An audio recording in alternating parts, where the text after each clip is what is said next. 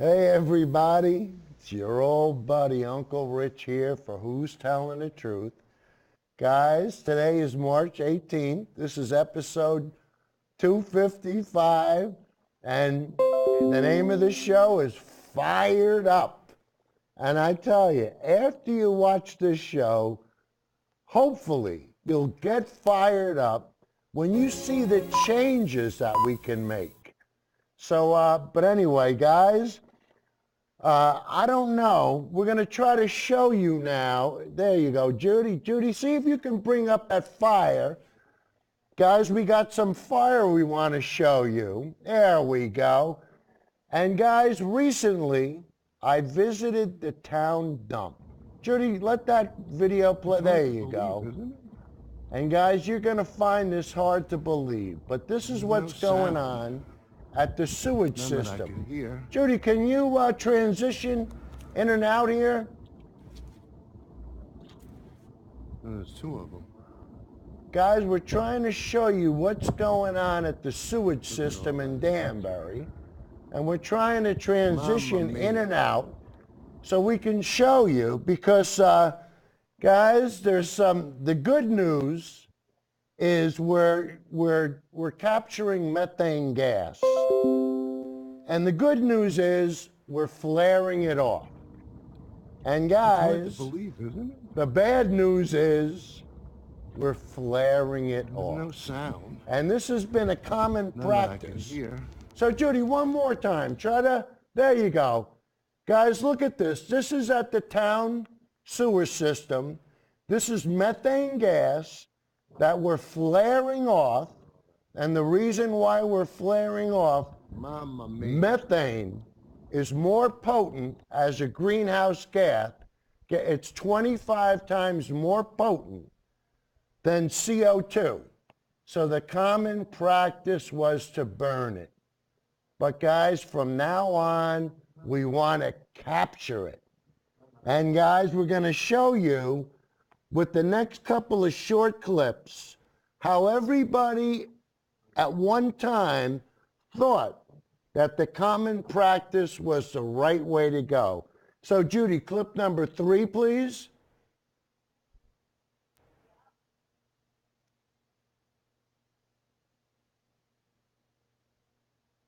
The plant has had a digester for decades.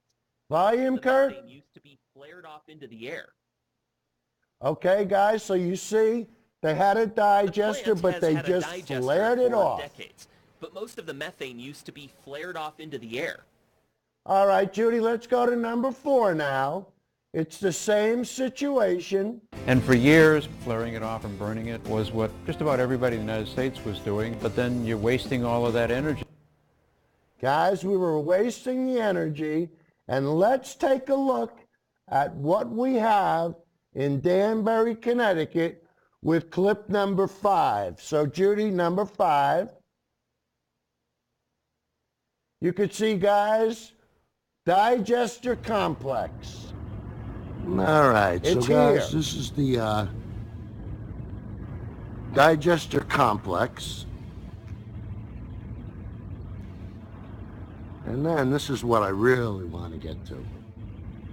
I hope you could see this. I hope this is coming out. Guys, see the fire? See the burning? And you see the heat coming off that gas that's being flared? We're just sending it, rather than putting methane into the air, we're burning the methane and we're not using it for its maximum benefit. And we got to stop this nonsense. This is foolish crap, you know? And why are we doing this? Guys, this used to be common practice. Well, we're going to make it common practice to make sure that we get the most benefit out of everything we do. And I tell you guys, this place is, you know, they're getting ready to upgrade everything. So, you know, let's hope we can push them in the right direction. But this is quite a facility, so. All right. Let me just make a complete 360. Dun, dun, dun, dun. There you go. All right, so Judy, you're going to remember, we're going to come back to video number 2. just to emphasize how much money we're wasting by just burning this and not taking advantage of it. But guys, this week I actually went on a tour, a so-called tour of the sewage treatment plant. And guys, Ralph Azzarito was a real gentleman. And I want to tell you, he explained everything to me. And I tell you, he was a real good guy. There's no But, sound. you know, I went there for one reason, Here. and one reason only. All right, Judy, you could stop that for now, because I want to try to explain what happened with Ralph. But so guys, when I first got there, I said to Ralph, I said, Ralph, I'm going to be honest with you. I said, I love to hate Fox News. And one of the reasons why I'm here is because AOC came out with the Green New Deal, and Fox News made such a thing out of the farting cows. And guys, honestly, I didn't know what biogas was 3 weeks ago. But now that I found out, you can't shut me up. So, on our last show, I had tried to contact the town hall, so that I wanted to find out how much gas, diesel fuel, the dump trucks and the snow plows and all the other vehicles in the city of Danbury used. Because, guys, the city of Grand Junction, Colorado, used their biogas, and they converted it to be used in their trucks. So I wanted the city of Danbury to do the same thing. So guys, I called the city of Danbury, and I asked them for a Freedom of Information request. And I want to tell you, so we're going to play a clip from last week, and this is me mentioning the city of Danbury. So Judy, clip number 06, please. I asked today from the Freedom of Information Act how much money the city of Danbury is spending on the DPW fuel for the trucks and for the cars and stuff. And she said she would get back to me, but she hasn't. But guys, I tell you, the city's been very receptive. Guys, the city has been more than receptive. There's a lot of good people that work at the city. And in response to my request, Judy, still number 07, and this is an email response from the city of Danbury. And guys, you could see it's from Robin Shepherd, city of Danbury, and I asked about the number of diesel gallons, and she said it's approximately 117,000 gallons a year. The Public Works and the Public Safety, it's their total diesel consumption. The current price is almost $2 a gallon. So guys, all right, Judy, come back to me. So simple math, $2, 117,000. Guys, theoretically, we could save the city about $200,000 if we convert the fleet and let them use gas. And we'll get to that. But first, we want to show you the success that Grand Junction, Colorado has had. And when you see what they did, you'll say, there's no reason why we can't do the same. But, guys, we could take it a step further. And we're going to show you some stuff tonight that's going to blow you away. I'm telling you. When you see these biogas digesters, they call them eggs. I call them onions. When you see these things, they are so futuristic.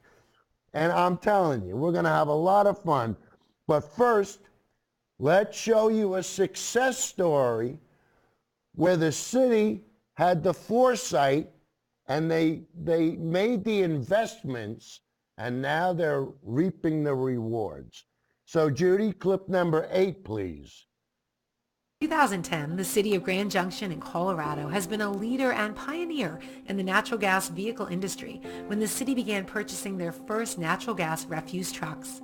The city has since incorporated 37 NGVs into their fleet of 640 vehicles across transit, shuttle, snowplow, and other municipal applications. In addition to building one of the first government natural gas fleets in the state, Grand Junction also installed its own public fueling station to make natural gas fuel available to the surrounding community to encourage others in converting their fleets or personal vehicles to the cleaner burning fuel. In April 2015, the city finished a $2.8 million project with Bio-CNG to convert the Persigo wastewater treatment plant to produce renewable natural gas for their fleet, and they built a 6-mile pipeline to transport the gas to their existing fueling station. The wastewater facility, which only produces 500 DGEs per day of gas, is enough to provide most of the city's natural gas fuel needs and to provide significant environmental and economic benefits. The facility is expected to displace 146,000 gallons of petroleum fuels and reduce carbon emissions by 3,658,600 pounds per year. In 2014, taxpayers saved $200,000 in fuel costs, a number which will grow with the use of renewable natural gas. This was the first small-scale wastewater treatment to RNG project in the country and has paved the way for other municipal fleets to do the same. Guys, we could do the same, but we can do better. And, tomorrow, the town is going to be opening up their sealed bids for different aspects of the new design in the plant, because Danbury's going to undergo a major renovation. And guys, Ralph told me, he said, Rich, be concerned with the amendments. He said, because the amendments are probably where you're going to find the biodigesters. And, I asked him, I said, Ralph, what would it cost? What do you think it would cost to be able to capture that gas? And guys, where we held a meeting, you can see the gas being flared off. You can't miss it. You can't miss it. But anyway, I asked him, I said, what would it cost to convert this where the trucks can use it for natural gas and for, propulsion? He said about $1 to $2 million. So guys, at first that sounds a little steep, $1 to $2 million, just for the trucks. But there's other benefits, and we'll get to them later. But some of this stuff we're going to show you tonight, guys, I'm telling you, get ready. Get ready, because the next clip, we're going to start to show you what New York City is planning on doing. And guys, I'm telling you, you're going to be amazed. So Judy, let's have clip number 9, please. And the city's now launched a program to conquer what some call the final frontier in recycling. Ron Gonen runs the city's recycling program. There's no reason why we should be spending taxpayer money sending something to sit in a hole someplace. There you go. Completely absurd, and we need to move away from that as a society. More than absurd. Here. People separate out their organic material. Sanitation workers pick it up, take it to a facility where any remaining non-organics are separated out and turned into a thick sludge, then pumped into these 130-foot tall silver eggs. They call them silver eggs. I call them the future. But don't they look more like onions? But wait, we're going to have a lot of fun with them, because I tell you, that's in the heart of Brooklyn. No, and let's be honest with each other. In Brooklyn, there ain't no, outside country. It's all city. So anyway, let's have a little more fun with New York City with clip number 10, Judy. The excess gas right now is flared, And under the program See, with right now National they're Grid, we hope flaring to it, turn that guys. extra gas back into the community as a fuel that they can use in their homes. They're flaring it, but they want to put it back into the community. And the next clip is an idea and a way to do it. So Judy, number 11, please. Right now, part of the Look methane at is those being used to things, power the guys. Aren't plants, they while the dynamite? excess gas is flared into the atmosphere. But see, that's where they're flaring off the But in the gas. future, it'll get purified to go back into the city's pipelines to provide energy to heat homes and power stoves, to the excitement of She-Wall. It's a cycle that I get to be a part of on the front end and the back end. It's pretty incredible, I think. Guys, it's a cycle. It's a circle. It's a circle. And when you see how we can complete the circle and how we can get the kids and the local supermarkets, and guys, I went down to Stu Leonard's on Saturday and I asked them if there was anything special that they did with their waste. And unfortunately, I spoke to Jim Cataldo. He's the manager. And guys, I want to tell you, he's 23 years old and he's managing a place like Stu Leonard's. Just the future's here. But I told him about biogas and his eyes widened up and I said, you know what? Maybe this could be another source of income. You know, instead of paying to have this stuff carted away, you can use it. Hey, Stu Leonard sells propane gas. You can turn it into propane. You can heat Stu Leonard's with it. You can turn it into electricity, and we're going to show you some Caterpillar tractor generators, the motors. And guys, I tell you, the future's here. But Judy, I don't know if we ended with number 11 or number 12, but whatever's next up, because we're just going to keep having fun. So hit it. I'm Michael Kellerman, environmental engineer at InSinkErator. I'm here at Guys, the Global Water this is Center, home to unbelievable. the You're going to Water love Council. this. The Water Council is transforming Southeast Wisconsin into the leader of the water industry. The Milwaukee Metropolitan Sewage District is a member of the Water Council, and in many ways they're a great example of what's happening in the water industry. Traditionally, wastewater treatment has been focused on protecting the environment, protecting the health. Wastewater treatment's the best thing that's ever happened to the human race as far as preventing disease. They're focusing on clean water. That's why we've developed a great partnership with them with our new technology, Grind Energy. Grind Energy is essentially a very large grinder Check this that out, takes guys. the food Look waste at and grinds that. it into very fine particles. But we do something special with it. We put it into a tank and hold it for 7 to 14 days. The material goes through some biology and it makes this material that digesters can convert into biogas.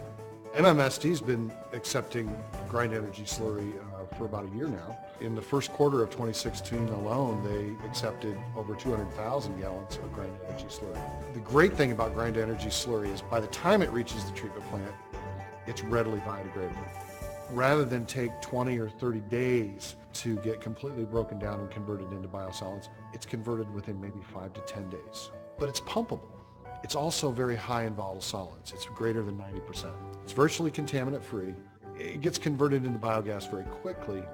And we've actually done research with George Nakla at Western University that shows this material provides synergy with the biogas and biosolids generation.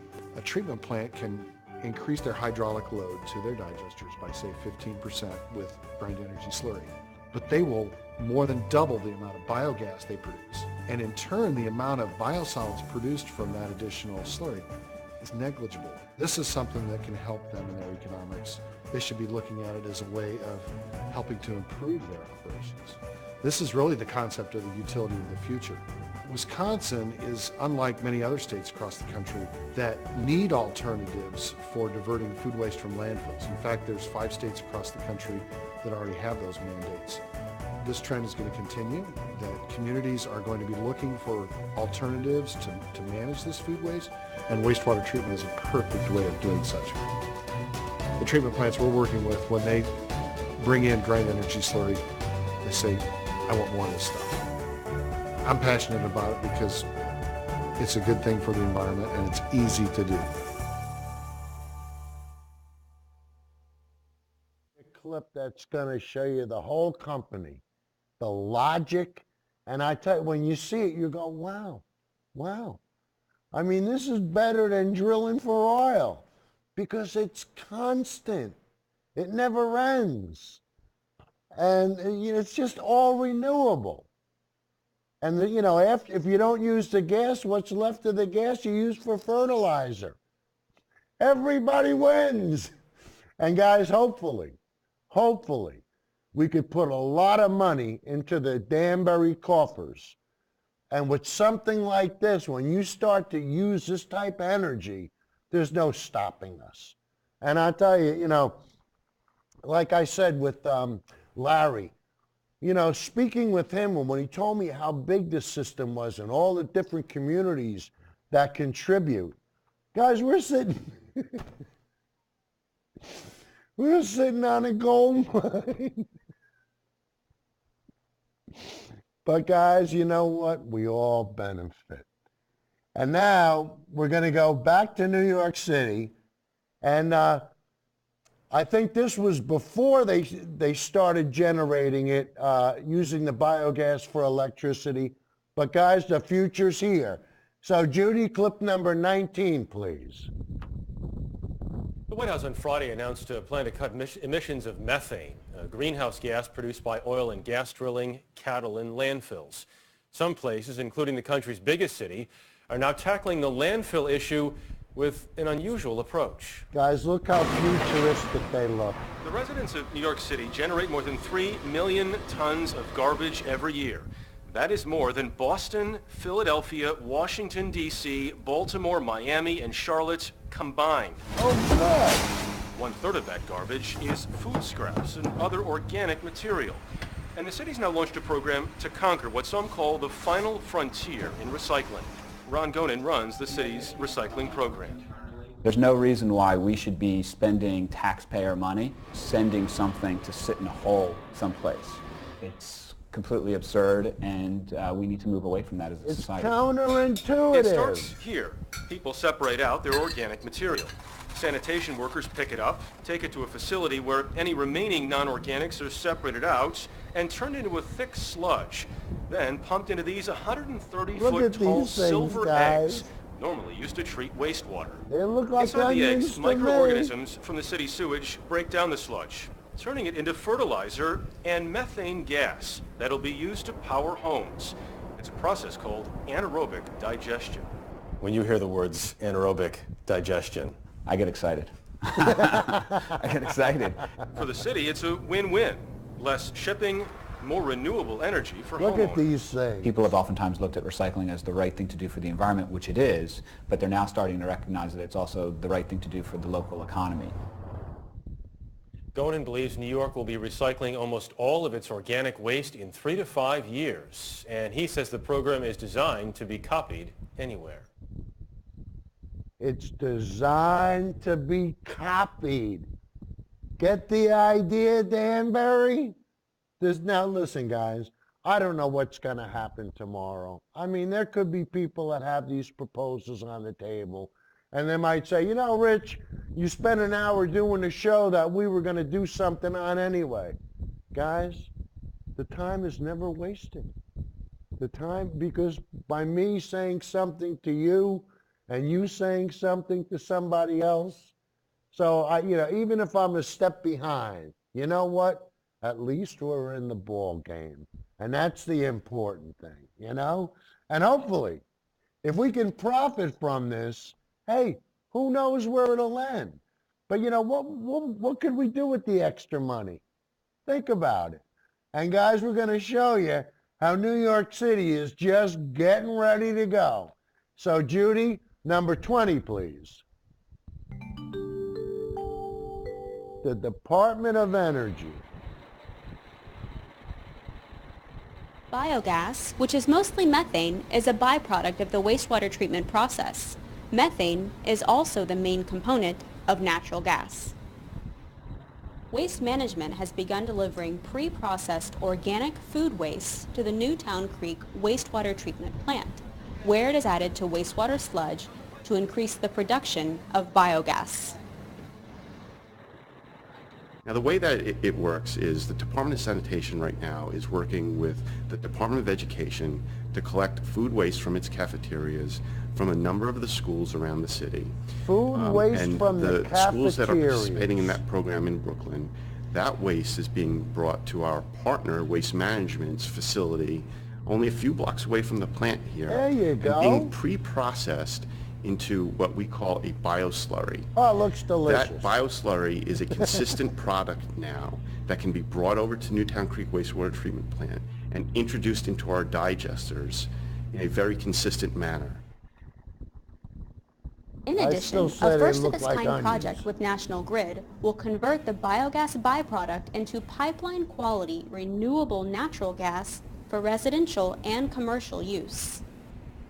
On a daily basis, the plant generates about 3 million cubic feet of methane gas from just the sewage sludge alone.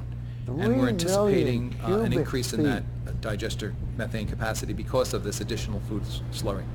We use presently about half of it on a daily basis to heat the boilers that run the hot water for the digesters and the domestic heat to make the buildings warm and air conditioning during the summertime. So they use half for the excess facility. gas right now is flared.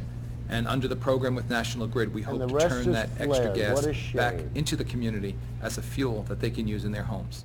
Now you're talking my language. National Grid will install a purification system to remove carbon dioxide and other unwanted compounds from the biogas produced at the plant. The resulting gas will then be directly injected into National Grid's gas distribution system for consumption. The Newtown Creek wastewater treatment plant is located in Brooklyn's Greenpoint neighborhood. With the capacity to treat 330 million gallons of wastewater each day, it is the largest plant in New York City. It accepts wastewater from over 1 million residents located in portions of southern and eastern Manhattan, northern Brooklyn, and western Queens. Isn't it ironic that it's called Greenpoint? But guys, now we're going to show you a family that contributes to those digesters, and watch the little kid and watch the learning and watch the process that will be with her for the rest of her life. Judy, 21, please. For Brooklyn residents Sarah Shewall and daughter Nora, a cooking session often ends in a trip to the brown bin downstairs. Yeah, we're going to go outside. Atta girl. The pair recycles food waste that is to be turned into compost that goes to local farms, landfills, and another unlikely destination. Newtown Creek Wastewater Treatment Plant receives pre-processed food waste daily. The food waste comes here first. To use it in an ongoing pilot program to turn it into biogas, explains Deputy Commissioner Pam Alardo. Food waste is similar to a solids that you get at the wastewater treatment plant. So we decided to try and augment our digesters using the food waste component. It's made into a slurry and it enters our digesters. Inside the plant's oxygen-free digester eggs, this slurry is broken down by bacteria into water, carbon dioxide, and methane.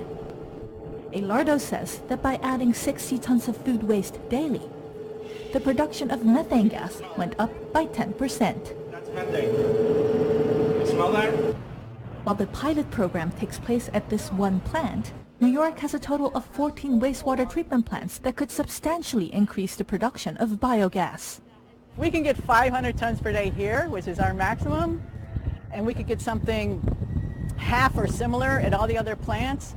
We can get thousands of tons a day for food waste. New York City produces 2,000 a ton per day residential and about the same commercial. That's 4,000 tons per day. Potentially this system, this solution could take all the food waste. Right now, part of the methane is reused to power the plants, while the excess gas is flared into the atmosphere. But in the future, it'll get purified to go back into the city's pipelines to provide energy to heat homes and power stoves, to the excitement of Shewall. It's a cycle that I get to be a part of on the front end and the back end. It's pretty incredible, I think. If all goes well, the project will cook up enough energy to heat more than 5,000 New York City homes and reduce a big chunk of the city's greenhouse gas emissions. Wow. So it's hard to believe how beneficial these things can be, right, guys? Well, look how nice and close that is. All right. Now, guys, the next clip we're going to play is, I tell you, last show we played a clip, and it showed in Australia how they were taking all the rotten tomatoes and the rancid lettuce. And I said, this is going to be potentially, this is a new job, a new employment field. Well, guys, this company has taken it a step further. And when you see, grid to energy, I mean, it's just, grind to energy. Guys, all it's doing is starting the biodigesting process sooner, and you're storing it at your facility. So you have to remember, you're not paying anymore to have it carted off. When the tank fills up, it's automatically going to call the company to come empty the tank. And theoretically, if they're going to use this to generate electricity, why shouldn't you get a piece of the action? And guys, like I said with the manager from Stu Leonard's, I mean, when I started to talk, and guys, I had a problem with my computer, and I went to you break, we fix. You broke it, we fix it. And guys, I said, I really want to try to get the computer working for the show. And I started talking about biogas, and I want to tell you, I had a captive audience. Why? Because most people are ignorant. And when I say ignorant, that doesn't mean stupid.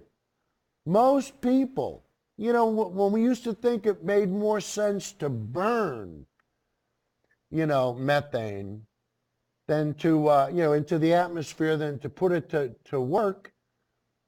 Guys, back then it made sense, but it doesn't anymore. And I tell you, I met a couple of guys on Facebook.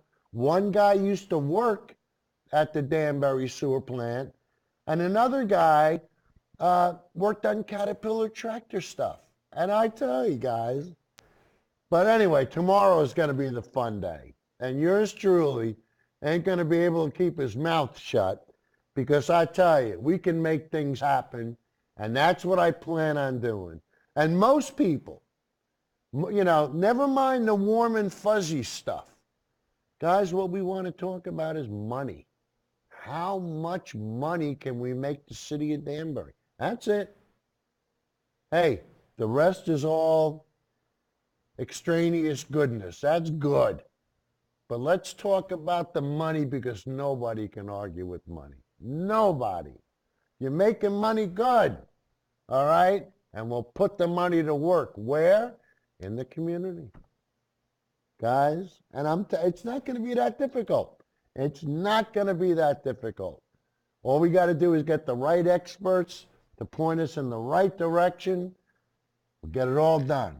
All right, so anyway, this next clip is going to be long, but guys, it deserves, I wanted to play the whole thing because I really want you to embrace not only the idea, the company, the idea, and you guys know how big I am on biogas, and I tell you, so once you see how this will benefit everybody, I think you'll get on board. So Judy, clip number 22, please. Operational training. Uh-oh.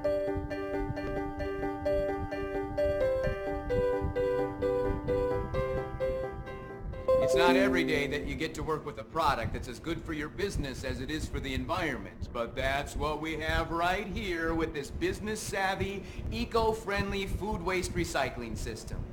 Grind to Energy helps solve your operation's food waste challenges. It reduces odors and pest problems. It cuts down on all those trips out to the dumpster, and it decreases the number of trash pickups.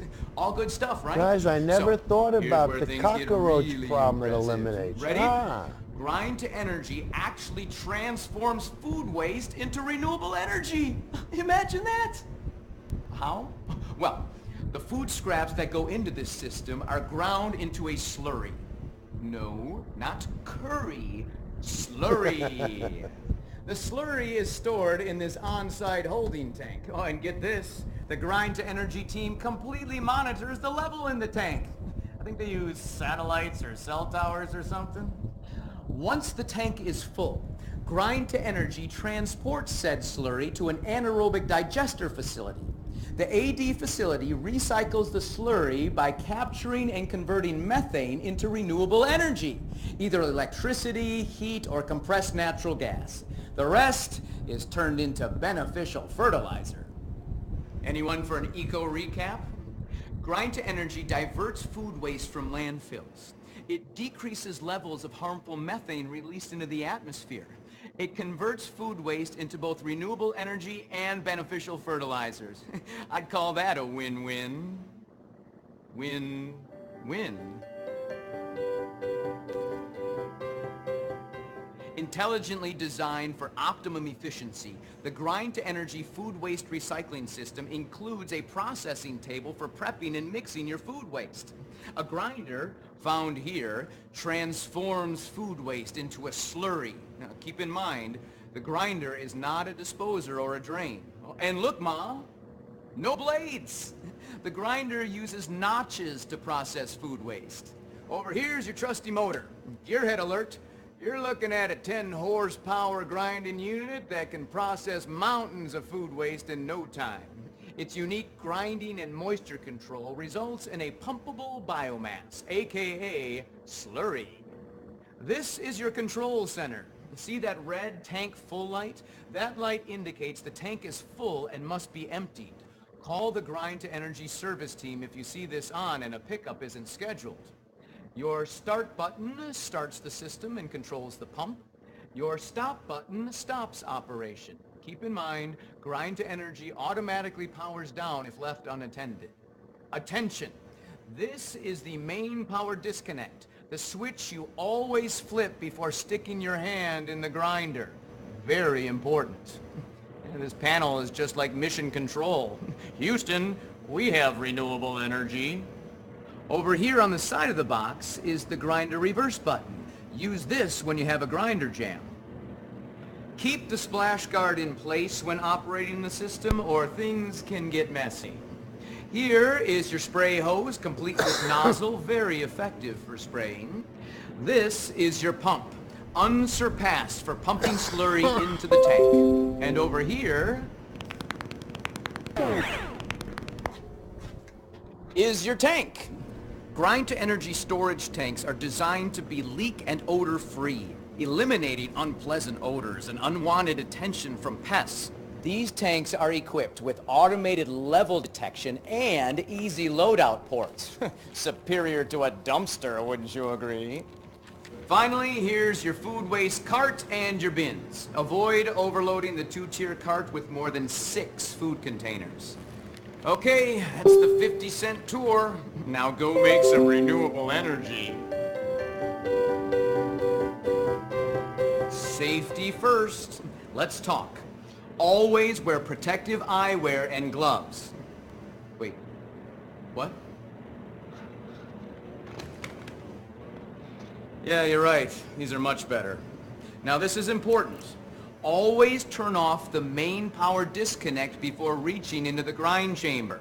That's a mandatory, my friend. You don't want to end up like your 8th grade shop teacher. Just kidding. Remember, there are no blades in the grinder, just notches, but they do pack a punch. Just notches. What's a notch? Please take a moment to read the 3 words you see here. Take your time. No hurry. Prep, mix, feed. These 3 words, my friends, are the secret to operating the grind-to-energy food waste recycling system optimally and efficiently. Let's break them down, shall we? Prep. What's it mean? Well, it means food waste in, contaminants out. Let's start with food waste.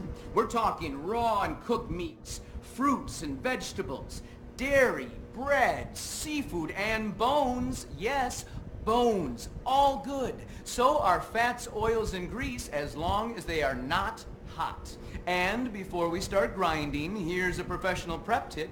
With pineapple tops, make additional cuts like this. Also, notice here, take your melon slices and quarter them. Voila.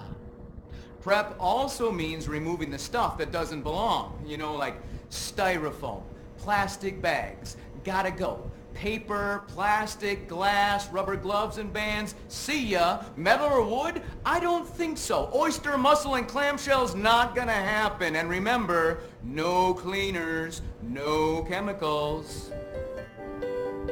I got it. Which brings us to mix. This is the fun part, taking all your prepped items and mixing them together.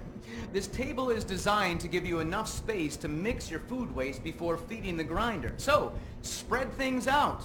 The key here is mixing wet items with dry items. Let's commingle, shall we? You know, so the wet and dry items can get to know each other intimately. We take wet items like fruits and veggies, which are 70% water, and add dry items to the mix, like coffee grounds, bread, oatmeal, and eggshells. Why? Because it helps prevent clogs. And you don't want clogs. You want the system to keep running smoothly. Examine what you have on your table. If you have a surplus of dry food waste, reserve those scraps to mix with the wet items in your next batch. Finally, take that food waste and toss it just like you toss a salad. Hey now. Feeding time! Safety glasses and gloves on? Check. Make sure the grind chamber is empty and the splash guard is in place. If leftover scraps are present, turn off the main power disconnect and remove the scraps. Turn on main power disconnect, press start, then stop after 3 seconds to drain excess liquid. Repeat until empty. If you find the grind chamber empty, make sure the splash guard is in place. Press start and allow the system to run for at least 6 seconds to start the grinder and you're good to go. Remember, never pour liquid onto the table before the grinder is running. Feed the grinder just like your mother taught you to feed yourself. Use your table manners. Don't cram everything in at once. This may cause an overload and trip the grinder. Feed the system 1 bite at a time. Nice and steady does the trick. If the grinder sounds muffled, let it process before feeding it more scraps. If it starts growling like a bear, call the National Park Service.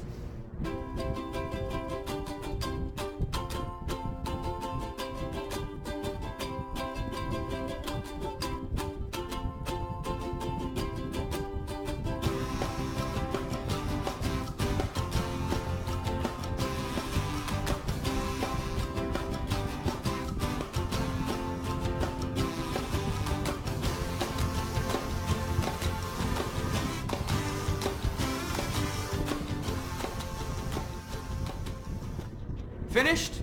Do the next guy a favor.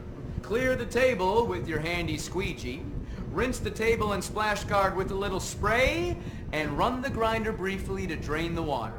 Press the stop button and call it a day. There you have it. Prep, mix, feed. 3 simple words that will go a long way to making your experience with the grind-to-energy food waste recycling system effortless. With a few simple steps, you can help transform food waste into a clean, renewable source of energy. Until next time, happy grinding.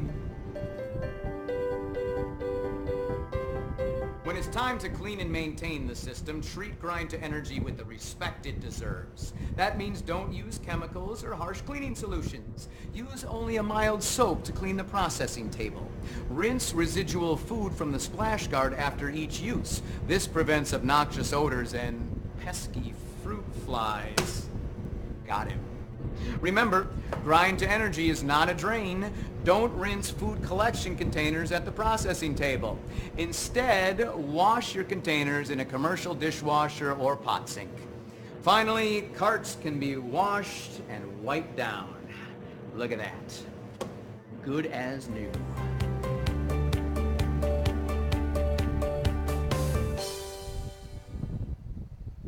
So what do you think, guys? Judy, you're too close for me. Makes it look like I can't see. Widen out a little bit, will you? There you go. All right, so anyway, what do we got, about 10 minutes left, you said? Oh, I told her to turn her mic off. I'll back on, we have 11 minutes. 11 minutes, all right. Guys, you know, when I went to speak with Ralph up at the sewage plant, like I said at the beginning of the show, I told him that I love to hate Fox News. And he said, you know, Rich, I watch Fox News. And guys, you know, rather than get hostile with each other, we virtually talk to each other. And the ironic thing is, I mean, now Ralph, you could see is an educated guy. I mean, he was throwing out some terms and, you know, some of the terminology. It's, you know, to hear it for the first time. So, but anyway, you could see, you know, a smart guy. But he's been influenced, and the fact that he watches Fox News a lot gives him an impression where he might think he's fair and balanced. But guys, you know, I asked him, I said, well, Ralph, what do you think about global warming? And he says, well, Rich, the jury's still out. And I said, the jury's still out? What? I haven't heard that in forever. And then I said to him, I said, Ralph, haven't you ever looked at a chart from NASA, like a temperature chart, where you see it's going up at a 45-degree angle? And you would say, oh, wow, the globe is warming. And then I said in the same breath, I said, wait a minute, you watch Fox News. They'll never show you a chart. If they showed you a chart, then you would know the globe is warming and there could be no denial, or you could be like Uncle Joey or Kenny Johnson, and you could say, are you going to believe what NASA is telling you? Don't you know that the scientists that work for NASA are on the take? And this is what you hear on Fox News. So guys, the night before, Tucker Carlson had Patrick Moore, supposedly, one of the founders from Greenpeace, on his show. And Ralph said to me, he goes, well, Rich, didn't you see Patrick Moore from Greenpeace? You know, he says that there's global warming's a hoax. And I said, Ralph, I was going to do a piece on Patrick Moore and on Tucker Carlson. Now I have to do it. So guys, we're going to show you clip number 1, and I want you to pay attention to the very beginning of the clip. And Judy, maybe if we can, depending on how the clip stops, let's see where it ends. But let's play clip number 31 and watch the very beginning. Go ahead. Well, Ocasio-Cortez doesn't seem very worried about jobs that will be lost due to automation, because far more jobs will be lost implementing the Green New Deal. All right, Judy, keep it like that. Beautiful, beautiful. Guys, now what's the implication right off the bat? What is the implication? That the Green New Deal is a green new mess. So Judy, come back to me. So guys, we've already started with the conception that it's a mess. So Judy, one more time, play that same clip again, please. Go ahead, hit it. Well, Ocasio-Cortez doesn't seem very worried about jobs that will be lost due to automation. Jobs because are far more going to be jobs will be lost. lost implementing the Green New Deal. Guys, okay, come back to me, Judy. Guys, jobs will be lost due to automation. But the fastest growing industries in the country are wind and solar. And hopefully, hopefully the third one will be biogas. Because guys, I tell you, this is the thing. It's just cyclical. It's really simple. So anyway, now let's take it one step further. And Judy, let's play clip number 32 with Patrick Moore and Tucker. So go ahead, hit it. Patrick Moore helped found Greenpeace. He has been aggressively critical of the Green New Deal, though, and we thought we'd find out why. Mr. Moore, thanks very much for coming on. So you're one of the founders of the most famous environmental organization in the world, and you think the Green New Deal sounds terrifying. Tell us why. All right, guys. So now they've given you the implication that he's one of the founders of Greenpeace, right? I mean, you heard it. Plain as the nose on my face. He claimed that he was one of the founders, didn't he? Well, Judy, what does Greenpeace have to say about it? So let's prove our point with clip number 33. And we might play this a couple of times, but go ahead.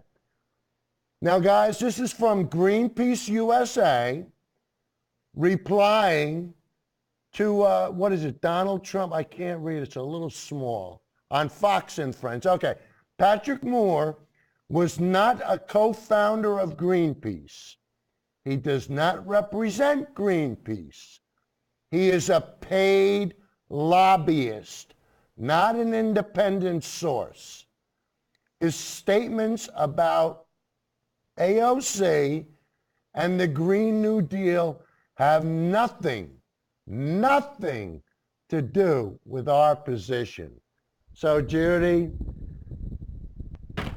guys, now Patrick Moore was involved in the beginning of Greenpeace, but Greenpeace in Canada, and he wasn't one of the founding fathers. But you know what?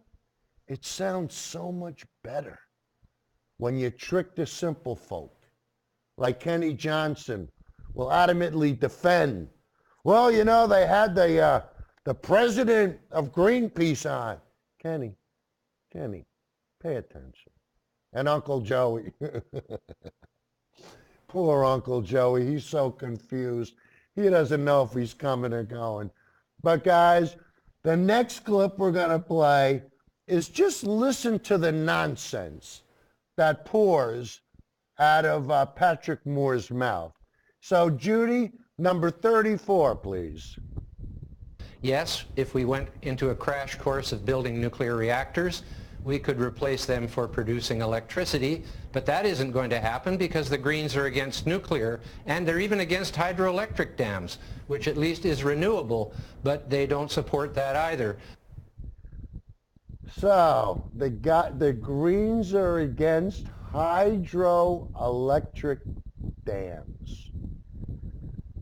Kenny, how are you going to let somebody like that insult your intelligence and get away with it? Uncle Joey, when you hear nonsense like that, are you ever going to stand up to it? Or is it because you're a Republican? And reality, being a Republican is more important than reality. And this is why I do the show, so that we can benefit from renewable energy. We can use things and not cloud the issue and create doubt. That's all Fox News wants to do, is create doubt. Why? Well, you know, we're really not sure. The jury's out. No, the jury ain't out. When 97% of the climate scientists publishing peer-reviewed studies all agree that the globe is warming, guess what? The globe is warming. If you want to stand with the 3% that think it isn't, that's fine. You know, you could stand with the 3% that think the Loch Ness Monster is real. You can stand with the 3% that think Bigfoot is real. You can stand with the 3% that think ghosts are real. Or you can stand with the 50% that think that Noah's Ark is real. Guys, I had to throw that in because I tell you, this is what we're dealing with. We're dealing with people that where facts aren't important, where science has no meaning. You know, where the president says global warming is a hoax, and nobody says, Mr. President, please stop saying that, please. Why? I don't know why. I don't know why nobody has any backbone to stand up to this guy. But anyway, I tell you, guys, hopefully I can get my my computer issue resolved, because I'll tell you. What's that? 30 seconds. 30 seconds, holy mackerel. But guys, hopefully I'll get my computer issue resolved. If anybody's got a laptop sitting around that they're not using, hey, think of your old buddy, Uncle Rich, you know? Because I tell you, I don't know. And I got to be honest with you. This laptop I have now doesn't owe me a penny. But, you know, it seems that I go through them so quick. But anyway, guys, next week, maybe we'll have a definite answer as to what's going to happen with the new sewage system in Danbury. And guys, I want to thank everybody. I want to thank Judy, Kurt, Dave, Candy, and I want to thank Martino's Pizza for hooking us up again. Guys, it's been a lot of fun. I'll let you know what happens at Town Hall tomorrow.